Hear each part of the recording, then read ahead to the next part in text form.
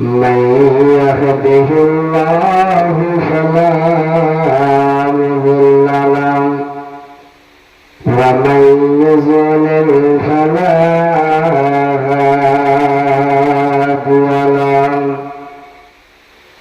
ونشهد أن لا إله إلا الله وحده لا شريك له وأشهد أن محمدا عبده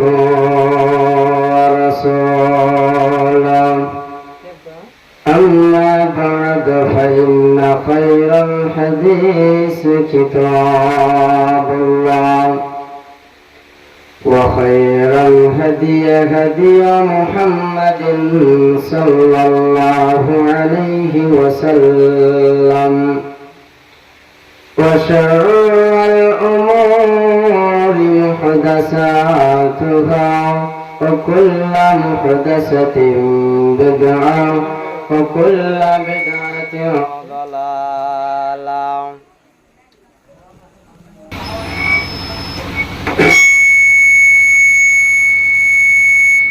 وكل ضلالة في النار. أعوذ بالله من الشيطان الرجيم.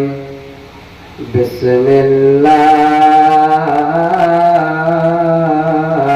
الرحمن الرحيم. وما جعلنا لبشر من قبلك الخلد فإن مت فهم الخالدون. كل نفس ذائقة الموت. وقال النبي صلى الله عليه وسلم إن القبر أول منازل الآخرة.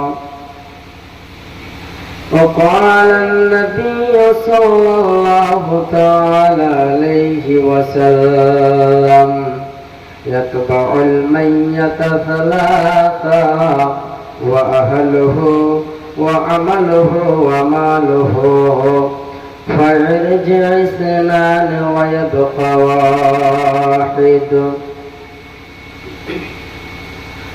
ওকে মুমিন ভাই হইল রে তোর বিদায় বেলার পালা। ওকে মুমিন ভাই হইল রে তোর বিদায় বেলার পালা। ডাকছি রে তোর খেওয়ার মাঝি মোর মাঝি নবী কমলেওয়ালা। ও কি মুমিন ভাই হইল রে তোর বিদায় বেলার পালা। ডাকছি রে তোর খেওয়ার মাঝি মোর মাঝি নবী কমলেওয়ালা। চাপিসি যদি নবীর নাই পার হবে তুই খুশি হয়ে। চাপিসি যদি নবীর নাই পার হবে তুই খুশি হয়ে। ডুবে না তোর ভেলা। ও কি মুমিন ভাই হইল রে তোর বিদায় বেলার পালা। ডাকছি রে তোর খেওয়ার মাঝি মোর মাঝি নবী কমলেওয়ালা। মা বাপকে তুই বাসরে ভালো, আল্লাহ তোরে বাসবে ভালো। মা বাপকে তুই বাসরে ভালো, আল্লাহ তোরে বাসবে ভালো। এসব তুই বদলা পাবি রে, এসব তুই বদলা পাবি রে, যেদিন ভাঙবে ভবের মেলা। ও কি মমিন ভাই, হইল রে তোর বিদায় বেলার পালা। ডাকছি রে তোর খেওয়ার মাঝি মোর মাঝি, নবী কমলিওয়ালা। धोखा के तुई खाना देरी, पियासा के पानी। धोखा के तुई खाना देरी, पियासा के पानी। ये सब तुई बदला पाबी रे, ये सब तुई बदला पाबी रे, जेदिन भांगे भवेर मेला। এসব তুই বদলা পাবি রে, যেদিন ভাঙবে ভবের মেলা। ও কি মমিন ভাই, হইল রে তোর বিদায় বেলার পালা। বসেন একটু 10 মিনিট বসেন। আপনার বাড়ি বসেন না। উপস্থিত সম্মানিত গ্রামবাসী, আমার শ্রোতা মন্ডলী, পর্দানাসী মা ও বোনেরা, সর্বপ্রথম ওই মহান রব্বুল আলামিনের প্রশংসা গুণগান গণকীর্তন, যে মহান রব্বুল আলামিন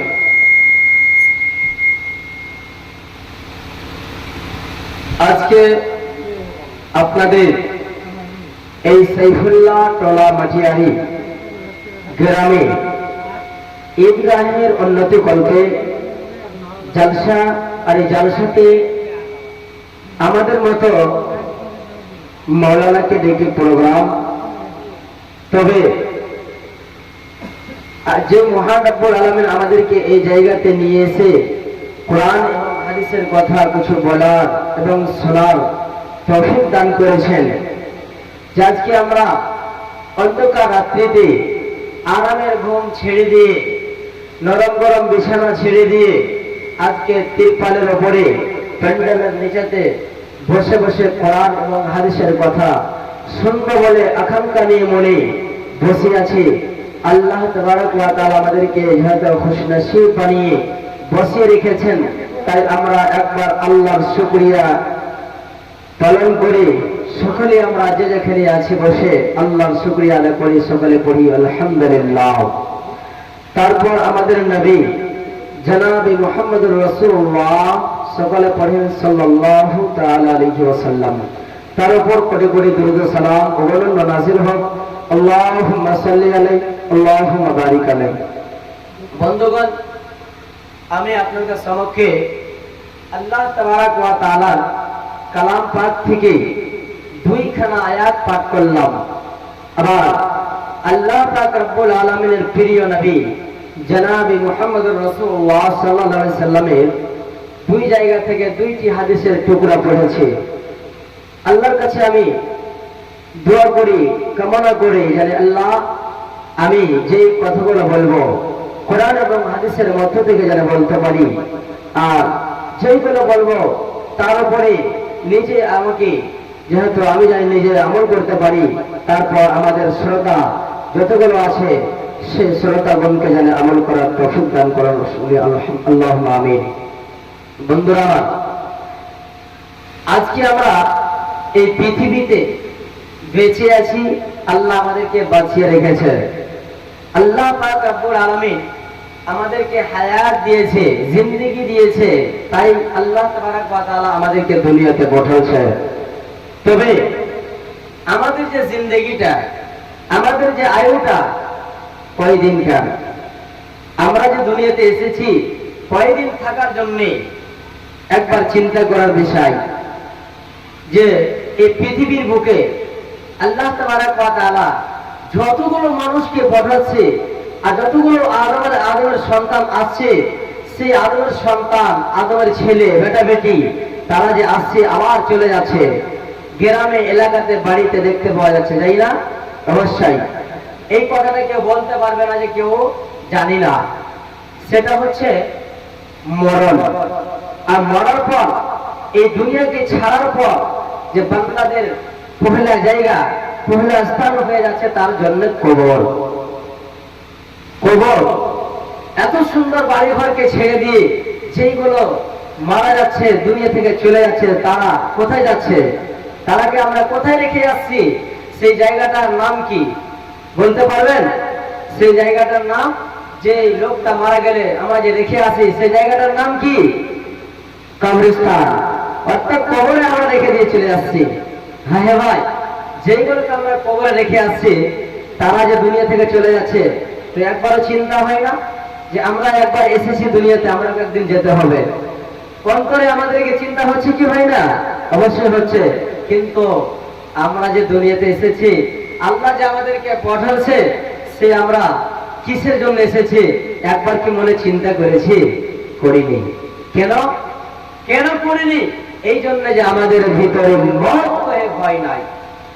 আমরা কি একদিন যে দুনিয়া ছাড়তে হবে, এই মিষ্টি ভাষা, মিষ্টি দুনিয়া, মিঠা এই দুনিয়াটাতে যে আমরা বসবাস করি, দুনিয়ার মহব্বতে পড়ে আছি, দুনিয়াকে পেয়ে আমরা আখিরাতকে ভুলে গিয়েছি। তবে আমাদের কিসের জন্য আখিরাত ভুললাম? কিসের জন্য? যে মওতকে স্মরণ নাই। আল্লাহ পাক রব্বুল আলামিন নাই বলছেন, উম্মত রে, তোমরা পৃথিবীতে যাই করো না কেন, কিন্তু তোমাদের অন্তরে যদি আখিরাতকে বানাইতে চাও, জান্নাতকে যদি পাইতে চাও, তবে তোমাদের অন্তরে, দিমাগে সব সময় একটা কথা ইয়াদ রাখবে, কি? আমাকে একদিন মরতে হবে, আমাকে একদিন মরতে হবে, দুনিয়া ছাড়তে হবে। আপনি বড় একটা বিল্ডিং বানিয়েছেন, সেই বিল্ডিং এর তলাতে থাকছেন, এসি ফিট করে দিয়েছে, আর গরমের সময় এসি লাগা আছে, ফ্যান লাগা আছে, কুলার লাগা আছে, এক্ষুনি মরে যান। আপনার সাথে কয়টা এসি কবরস্থানে দিয়ে আসবে? দিয়ে আসবে? আসবে না। তবে আমরা অহংকার করে চলি এই পৃথিবীতে, কিন্তু অহংকার আমাদের চলবে না। কিছুদিন আগে আপনারা দেখেন, এই আহমেদাবাদে একটা প্লেন ক্র্যাশ হয়েছে। 2-4 মিনিট চলার পর এমনই হয়ে সে ইঞ্জিনটা খারাপ হওয়ার কারণে একটা বিল্ডিং এ যে টুকরে, সেই যাত্রীগণ সমস্ত মারা গিয়েছে। সেই তার ভিতরে, জাহাজটার ভিতরে কয়জন যাত্রী ছিল? 243 জন ছিলেন। 243 জন ছিলেন। আর টিকিট ছিল সেই প্লেনে যাত্রী করে 244 জন। কিন্তু তার মধ্যে একজন যে জায়গাতে প্লেনে চাপবে, সেই জায়গাতে কিছু ডকুমেন্টসের কারণে, ছুটে যাওয়ার কারণে সেই জায়গাতে থেকে গেছে। লোকটা আফসোস করেছে, আফসোস করছে যে আমি যেতে পেলাম না। সুবহানাল্লাহ। আবার আফসোস করার পর যখন এয়ারলাইনটা উড়ে গিয়েছে, তারপর কিছুক্ষণ 5 মিনিট পর খবর আসছে সেই প্লেনটা ক্র্যাশ হয়ে বিল্ডিং এর সাথে টুকরে সেই জায়গা, সেই প্লেনে যতটা যাত্রী চেপেছিল তারা ইন্তিকাল হয়ে গেছে, তারা মারা গেছে। সুবহানাল্লাহ। ভাইজান, তাদের মধ্যে একজন যাত্রী বেঁচে গেছে। কয়জন মারা গেল? 243 জন মারা গেল, 242 জন মারা গেল। একজন ভিতরে বেঁচে আছে, একজন যেতে পারলেন না, আফসোস করে বসে আছে এয়ারপোর্টে। ভাইরা আমার, তবে মওতের কারণ কোনোদিন ঠিকানা হয়নি আর হবো না। তবে একদিন আমাদেরকে বিশ্বাস রাখতে হবে, একদিন আমাদেরকে মরতে হবে। তোমরা কখন বিশ্বাস করব? যখন আল্লাহ পাক রব্বুল আলামিনের নবীর কথা মতন চলবো। আল্লাহর নবী বলেছেন যে তোমরা মওতকে স্মরণ করো, মওতকে ভয় করো। মওতকে ভয় করতে গেলে তোমাদের আমলটা সোজা হয়ে যাবে। আল্লাহ পাক রব্বুল আলামিন আমাদেরকে যে জন্য পাঠাচ্ছে, সেইগুলো কাজ করতে পারি না। পারছি? নেক আমল করার জন্য পাঠালেন, হায়াত দিয়ে, জিন্দেগি দিয়ে, কিন্তু করতে পারি না। ভাইরা আমার, আপনি মনে মনে বলবেন, মাওলানা সাহেব, আমাদেরকে দুনিয়াতে আল্লাহ কি পাঠালছে, তারপর যে আমরা মরে যাচ্ছি তো কেন পাঠালছে, কেন মরছি, আর মরছি তো কেন পাঠালছে, আর পাঠালছে তো মরছি কেন, সওয়াল হবে। তবে আল্লাহ পাক রব্বুল আলামিন কোরআনের মধ্যে তার প্রশ্নের উত্তর দিয়ে দিয়েছে। সুবহানাল্লাহ। ভাইরা আমার, বন্ধুরে আমার, আল্লাহ তাবারক ওয়া তাআলা সূরা মুলকের 2 নম্বর আয়াতে সুন্দর করে বলে দিয়েছেন, আল্লাহ পাক রব্বুল আলামিন বলেন, আল্লাযী খালাকাল মাউতা ওয়াল হায়াতা লিয়াবলুয়াকুম আইয়ুকুম আহসানু আমালা। আল্লাহ তাবারক ওয়া তাআলা বলছেন, হে বিশ্ববাসী, তোমরা জেনে রাখো আমি তোমাদেরকে পৃথিবীর বুকে জমিনের উপরে আকাশের তলাতে হায়াত দিয়েছি, জিন্দেগি দিয়েছি, দিয়ে তোমাদেরকে পাঠিয়ে দিয়েছি।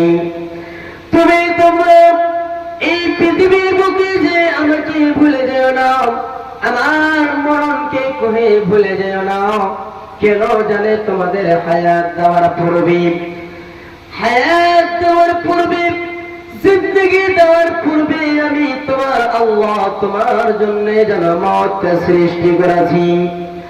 আল্লাহ তাবারক ওয়া তাআলা সূরা মুলকের 2 নম্বর আয়াতে সুন্দর করে বুঝিয়ে জানে বান্দাদেরকে জানিয়ে দিন, আল্লাযী খালাকাল মাউতা ওয়াল হায়াতা।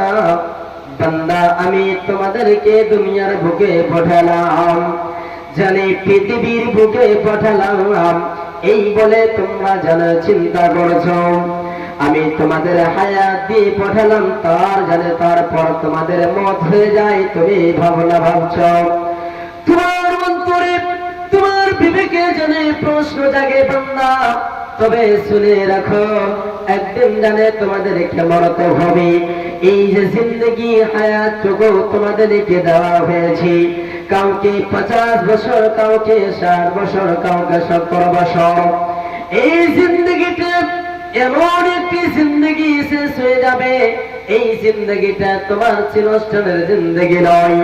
এই ক্ষণস্থানের দুনিয়া, ক্ষণস্থানের জীবনটা তোর শেষ হয়ে যাবে। ভাই মুসলমান, তবে আমাদের প্রশ্ন হয় যে ভাইরে, আল্লাহ তাবারক ওয়া তাআলা পৃথিবীর বুকে জমিনের উপরে আমাদেরকে কেন পাঠালেন? বন্ধুরে আমার, সেই আয়াতের শেষের অংশে আল্লাহ বান্দাদেরকে জানিয়ে দিয়েছেন, হে বিশ্ববাসী, তোমরা শুনে রাখো, আমি তোমাদেরকে কেন যেন দুনিয়াতে পাঠালাম, লিয়াবলুয়াকুম আইয়ুকুম আহসানু আমালা। আল্লাহ পাক রব্বুল আলামিন বলেন, বান্দা, আমি দুনিয়াতে তোমাদেরকে এই জন্য পাঠালাম যে পৃথিবীর বুকে, দুনিয়ার ভিতরে যে বান্দাদেরকে আমি পাঠালাম, তারা যে দুনিয়াতে কে কি আমল করবে, আখিরাতের দিন জানা যাচাই হবে, তাদের পরীক্ষা করা হবে, তাদের এক্সাম হবে। সেই এক্সামে কোন বান্দা জানে পাস করতে পারবে, কোন বান্দা আমার পরীক্ষাতে পাস হবে, সেই পরীক্ষাতে রেজাল্ট জানে ভালো করবে, সেটা ভালো করার জন্য পৃথিবীর বুকে আমি বান্দাকে জানে হায়াত দিয়ে পাঠালাম। যে বান্দারা দুনিয়াতে যে কে এমন আমার বান্দা আছে যে তারা ভালো আমল করবে, ভালো আমল করার জন্য আমি পৃথিবীতে তাদেরকে আয়ুটা দিয়ে, জিন্দেগিটা দিয়ে পাঠিয়ে দিয়েছি। সুবহানাল্লাহ। ভাই মুসলমান, আল্লাহ তাবারক ওয়া তাআলা পবিত্র কোরআন মাজিদের মধ্যে বলছে, হে বিশ্ববাসী বান্দারা, আমার বান্দা বান্দি, তোমরা জেনে রাখো, শুনে রাখো, তোমাদের পূর্বে যতগুলো মানুষ আমি পৃথিবীতে পাঠাচ্ছি, যতগুলো বান্দা বান্দিকে আমি দুনিয়াতে পাঠালাম, তারা জানে তোমার দুনিয়াতে থাকে নাই। তুমি নিজের বাড়ির দিকে দেখো, নিজের এলাকার দিকে দেখো, নিজের যতগুলো নবী এবং রাসূল গিয়েছিল তাদের দিকে দেখো, তারা জানে জীবিত নাই। তোমাকে পাঠালাম রে বান্দা, একদিন তোমাকে যেন দুনিয়া ছেড়ে আসতে হবে। এই সাদের দুনিয়া থাকার জায়গা নয়, তুমি একদিন দুনিয়া ছেড়ে বিদায় হতে হবে। আল্লাহ তাবারক ওয়া তাআলা সুন্দর করে কোরআনের ভিতরে বলে দিয়েছেন যে দুনিয়াটা থাকার জায়গা নয়, দুনিয়া থাকার জায়গা নয়। আমরা দুনিয়াতে এসেছি আর নিজের মনে যা আছে তাই করি, যা খাওয়ার ইচ্ছা হয় তাই খাই, যাই পান করার ইচ্ছা হয় তাই পান করি, আল্লাহর বিধান মেনে চলতে পারি না। আল্লাহ তাবারক ওয়া তাআলা বলছেন, ভাই মুসলমান, যে পৃথিবীটা থাকার জায়গা নয়, তবে ফরমান হলো আল্লাহর কোরআন। আল্লাহ তাবারক ওয়া তাআলা বান্দাদেরকে জানিয়ে দিলেন, ওয়া মা জাআলনা লিবাশারিন মিন ক্বাবলিকাল খুলদা ফাইন মিত্তা ফাহুমুল খালিদুন। আল্লাহ পাক রব্বুল আলামিন বলেন, বান্দারে, এই পৃথিবীতে যারা তোমরা হায়াতটুকু পেয়ে গিয়েছ, এই পৃথিবীটা থাকার জায়গা নয়। একদিন তোমাদেরকে মরতে হবে, আবার আমার দিকে ফিরে আসতে হবে। এই পৃথিবী থাকার কিন্তু জায়গা নয়। ভাই মুসলমান, যেমন এই দুনিয়া থাকার জায়গা নাই, বুঝতে হতে পারি না যে কেমন থাকার জায়গা নাই। আমরা তো বাড়িতে থাকি, ঘাটে থাকি, মাঠে থাকি, কিন্তু বন্ধু একটি কথা, যেহেতু আপনি বাড়ি হতে দিল্লি, মুম্বাই, পাঞ্জাব যাচ্ছেন, আবার আল্লাহ রাব্বুল আলামিনের বান্দা যেমন জান্নাত থেকে দুনিয়াতে এসেছেন, দুনিয়া হতে আবার সেই বান্দা দুনিয়া ছেড়ে জানে বিদায় হয়ে যাবে। তবে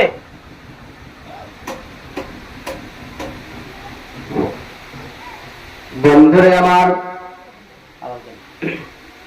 আল্লাহ পাক রব্বুল আলামিন জানে বলছেন যে পৃথিবীটা থাকার জায়গা নয়।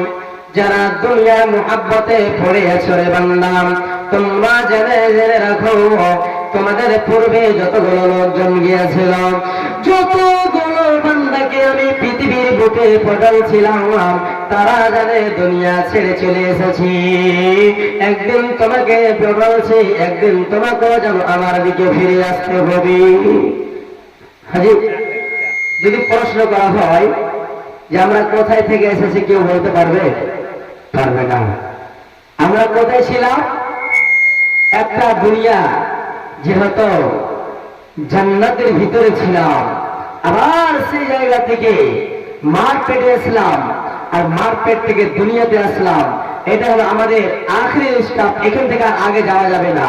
যেই জায়গাতে এসেছি সেই দিকে আবার যেতে হবে। যেমন আপনি এই সাইফুল্লাহ গ্রাম লাইনপাড়া টোলা হতে আপনি বাড়ি হতে বের হয়ে গেছেন, কোথায় যাবেন? দিল্লি যাবেন, মুম্বাই যাবেন। আর সেই মুম্বাইয়ের রাস্তা যেহেতু 2 দিন 4 দিন 5 দিন সফরে দেরি হয়ে গেছেন, আর সেই জায়গাতে যে 2-4 মাস থাকবেন, আবার সেই জায়গাতে কোথায় যাবেন?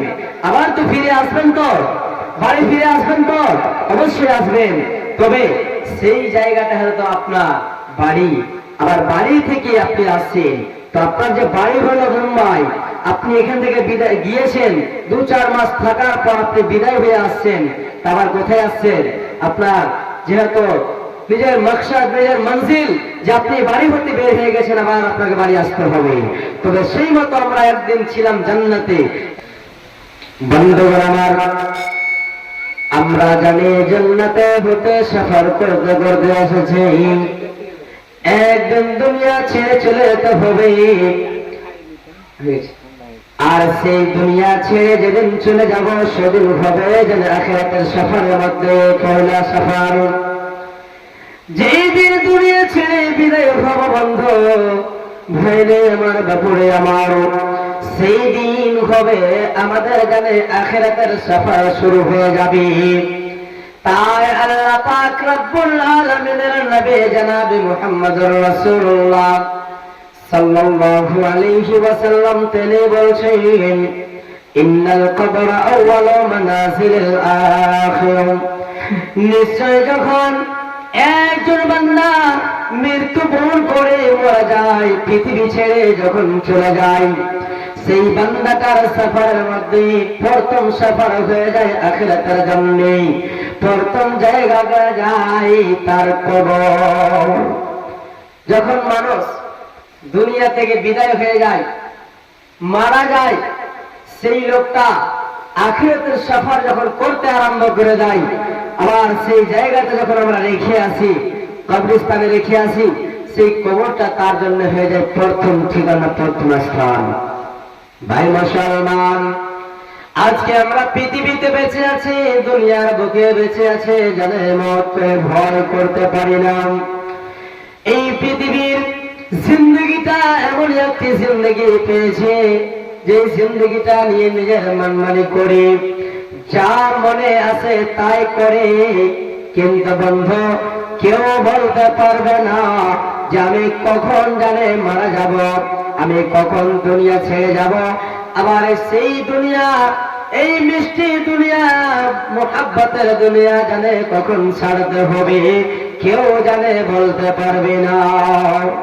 বন্ধুরে আমার, ওই যে আপনাকে বলছিলাম, এই আহমেদাবাদের প্লেন ক্রস হওয়ার আগে 5 মিনিট 6 মিনিট আগে যখন প্লেনটা যখন সেই এয়ারপোর্টে লেগেছিলেন, যাত্রীগণ যখন সেই প্লেনে চাপছিলেন, সেই তারা মনের ভিতরে আকাঙ্ক্ষা নিয়ে, খুশি নিয়ে তারা জানে বাড়ি হতে বের হয়ে এসেছিলেন। কতজন আব্বাকে ছেড়ে, মা বাবাকে ছেড়ে, কতজন ছেলে মেয়েকে ছেড়ে সেই সফর করতে এসেছিলেন। সেই লোকগুলা জানে না, আমি জানে প্লেনে চেপে 5টা মিনিট চেপে থাকতে থাকতে জানি প্লেনটা ক্র্যাশ হয়ে মারা যাব, এই কথাটা জানে না। সেই প্লেনে ওই লোকগুলা চেপেছিল বন্ধু, যারা করোড়পতি। আপনি বলবেন আপনি কেমন করে জানেন মাওলানা? সেই প্লেনটা যাচ্ছিল, সেই প্লেনটা লন্ডনের সফরে যাচ্ছিল, আর আমাদের মতো ইন্ডিয়ার প্লেন লন্ডন যাবে, আর সেই আমাদের মতো মানুষ যেন সেই প্লেনে চাপে না। সেই প্লেন যারা নকরি করে, যারা বাড়ির দাসে নকরি করে, যারা পয়সাওয়ালা, যারা টাকাওয়ালা, সেই এসিতে তারা বসবাস করে, তারাই জানে সেই প্লেনে চেপে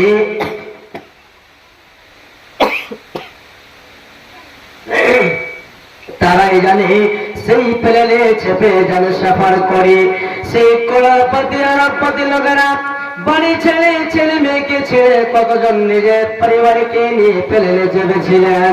বন্ধুরে আমার, তারা যদি জানতো যে আমার এই প্লেনে চাপাটাই আমার শেষ চাপা হবে, আর এই প্লেনে যাওয়াটাই আমার জানে মরণ হবে, মতের কথা যদি জানতো, তবে সেই লোকগুলো বাড়ি ছেড়ে আমার জানে লন্ডনের সফর করত না।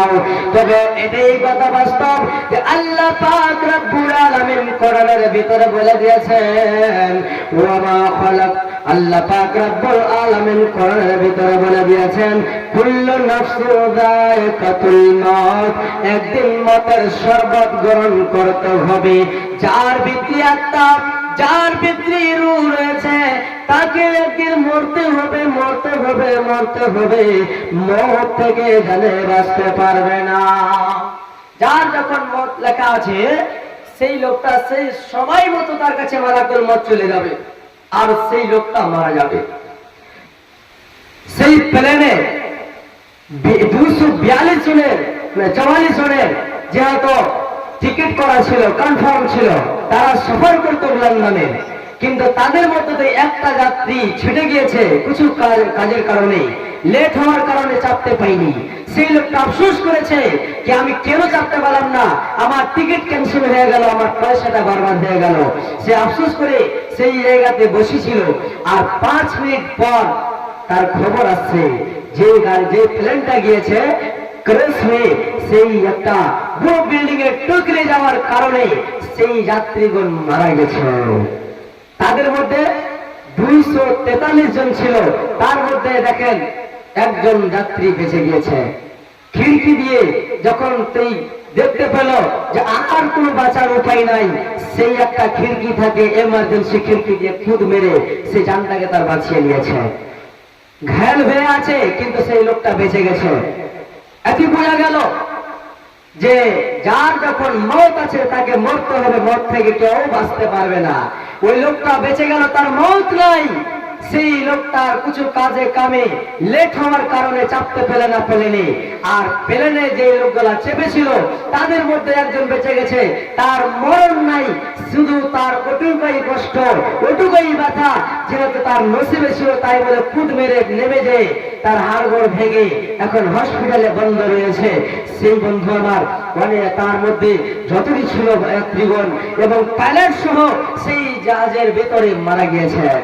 শুধু জাহাজে যাত্রী নয়, যেই রুমটাতে টুকরে, যে হসপিটাল একটা যেহেতু মেডিকেল কলেজের টুকরে যে বিল্ডিংটাতে সেই টুকরেছে, আর সেই সময়তে লঞ্চের সময় ছিল 12টা 1টার দিকে সে টুকরে যাওয়ার কারণে তার ভিতরে স্টুডেন্ট গুলো মেডিকেল কলেজের স্টুডেন্ট গুলো সেই জায়গাতে লঞ্চ করছিল, আর সেই জায়গাতে টুকরে যাওয়ার কারণে সেই ভিতরে যতটি লোকজন ছিল স্টুডেন্ট এই মেডিকেল কলেজে তার মধ্যে কিছুজন মারা গিয়েছে ভাইরা আমার।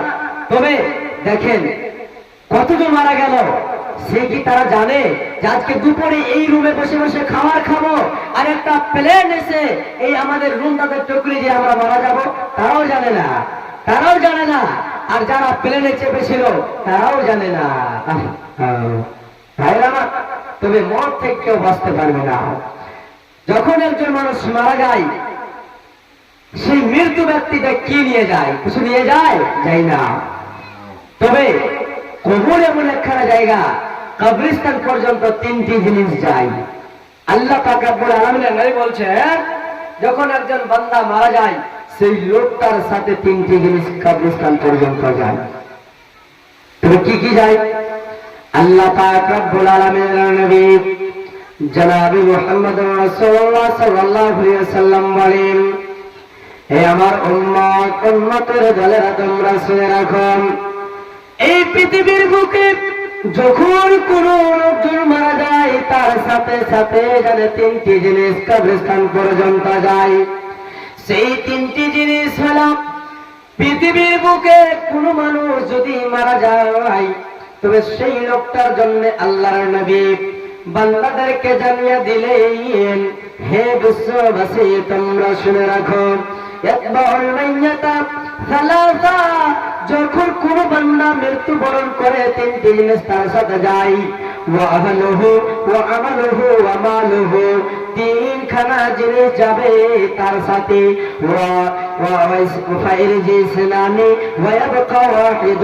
দুইখানা জিনিস ফিরে চলে আসবে, একখানা তার সাথে সাথে চলে যাবে।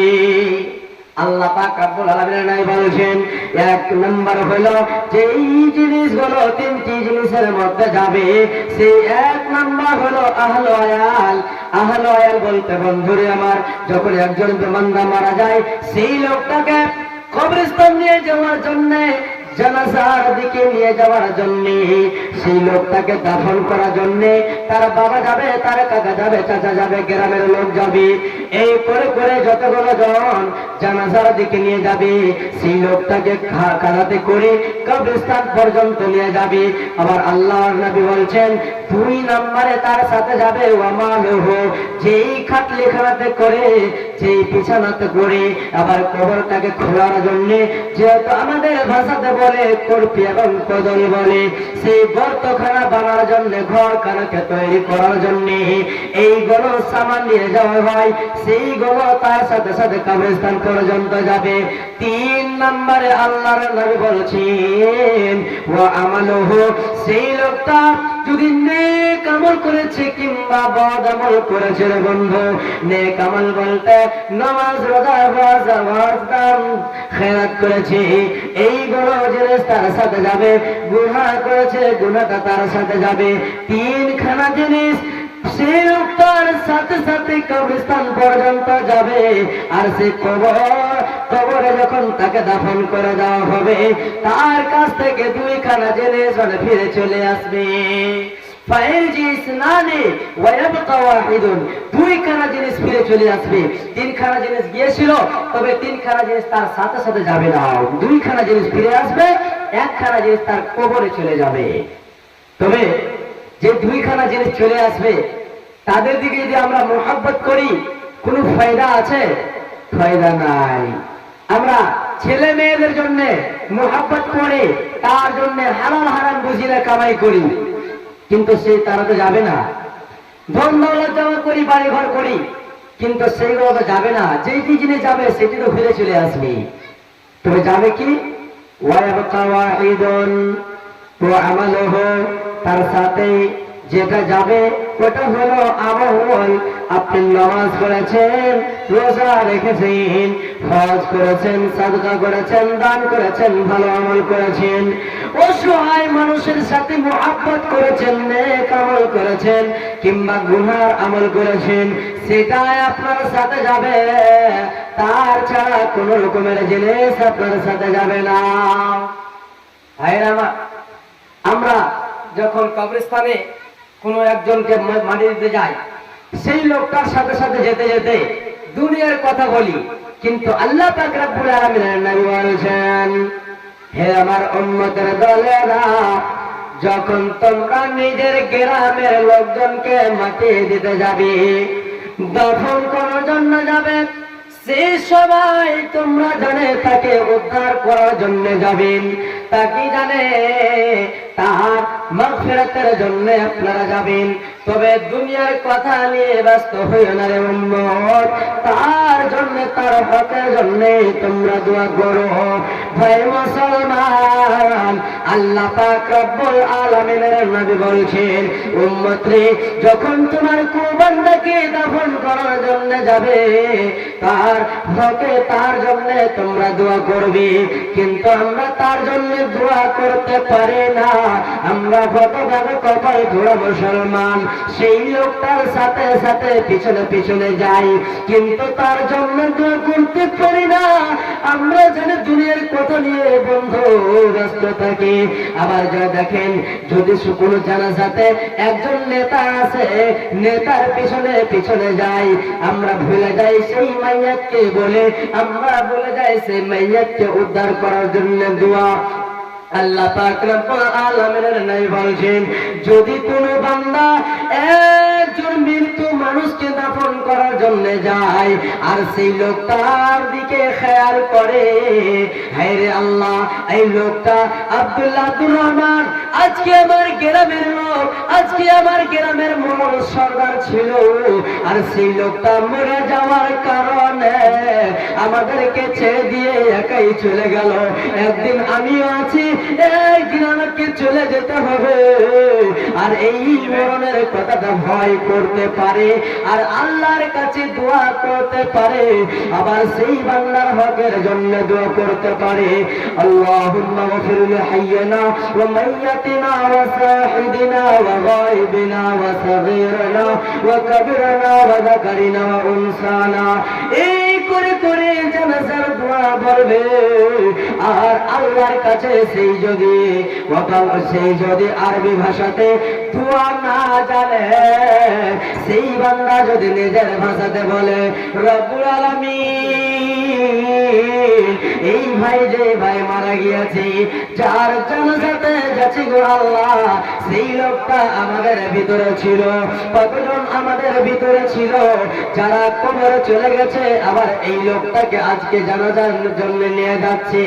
আল্লাহ, আমার কখন মরণ হয়ে যাবে, মাহবুব রে, আমাকে এবং মৃত্যু বরণ করা লোকটাকে, সেই লোকটা জানাজাতে যাচ্ছে রে মাওলা, সেই লোকটাকে জানে কবরে নাজাত দিয়ে দিও। ওই লোকগুলো কবরস্থানে শুয়ে আছে, আল্লাহ জানে না কতজন কবরে আছে, কার নানা আছে, কার নানে আছে, দাদা দাদি আছে, ভাই আছে, বাবা আছে, মা আছে। সেই লোকজন যদি কোনো মুসিবতে, ছোট গুনার কারণে যদি কবরে হাবুডুবু করে, আল্লাহ তার কবরের আযাব আল্লাহ তুমি দূর করে দাও।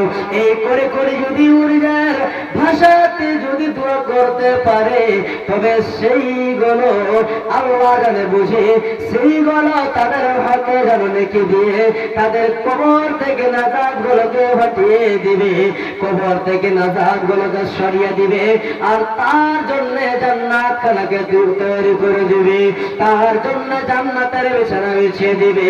বন্ধুরে, আমরা কবরে যারা শুয়ে আছে তার জন্য দোয়া করতে পারি না, আমরা কবর হতে কবরের আযাব হতে যেন পানা চাইতে পারি না।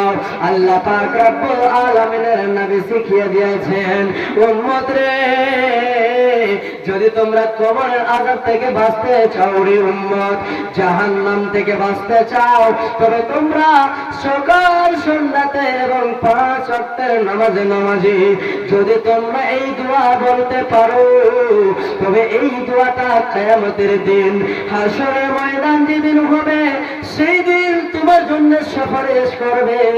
বন্ধুরে আমার, এমন একটা ছোট্ট দোয়া আল্লাহর নবী জানে শিখিয়ে দিয়েছেন, কিন্তু আমরা হতভাগা কপাল পুরা মুসলমান সেই দোয়া গানো জানি না।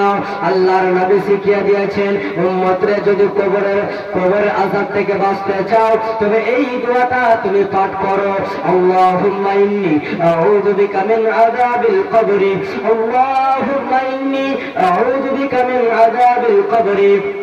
বন্ধুগণ, আমার সাথে সাথে একবার পড়েন, মুখস্থ আছে কিংবা নাই, আমি পড়ছি, আমার সাথে সাথে আপনারা পড়বেন। আল্লাহুম্মা ইন্নী আউযু বিকা মিন আযাবিল কবরি, আযাবিল হাশরি, আযাবিল কিয়ামা। আল্লাহ পাক রব্বুল আলামিনের নবী বলছেন, যদি এই দোয়া বলতে পারো রে উম্মত, কিয়ামতের দিন যখন তুমি হাশরের ময়দানে যাবে, যদি কবরের আযাব থেকে বাঁচতে চাও, যখন তোমাকে কবরে রেখে দিবে আর আপনার জন্য আপনার আযাব তৈরি হবে, যদি দোয়াটা পড়ে থাকতে পারো তবে কবরের আযাব আপনার জন্য দূর হয়ে যাবে, কেননা এই দোয়াটা সুপারিশ করবে।